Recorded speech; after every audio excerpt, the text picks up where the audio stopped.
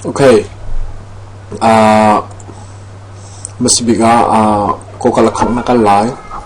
Ko kalakhang nakaldin no kan ko kalakhang kan on piak lai no on piak din no kahen app hi app mino te na click piak lai kan drive ti mi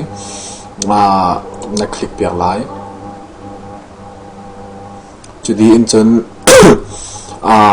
na computer chungi file na ngai mi ni kan upload na to lai. Ni upload to ni ka hen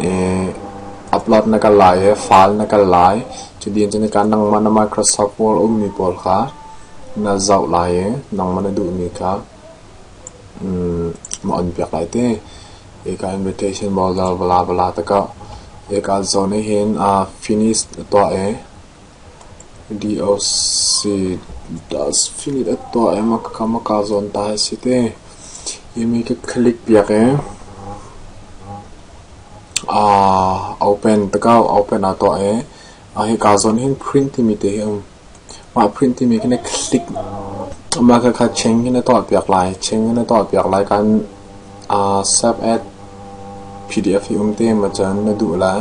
q pdf writer zong ni to ko hi na ngai lau zong na pai lau te q pdf writer na ngai lau zong a pai ti lau zero nga tia chen ka hen automatic in save as pdf ka an ma Google Drive nan rak to mi me ma ka na click piak lai na click piak di no kan save na to lai hi ka zone hen amin kha nang mana du ning selong khan an ma kai ning khan file ni man rak to ma ka delete na to piak lai nang mana du ning teng khan na tel piak lai 011 012 is just there 012 the file means la desktop chung kan save na save na to lai ma chen desktop khan na zau lai 012 te 012 hi ka zon num e double click to ai ka pdf file kan som nak siang mang bala bala te mi a chong chang kan pdf file ka pun ka thlen ning chang se ve e tam pi lom nak kan nei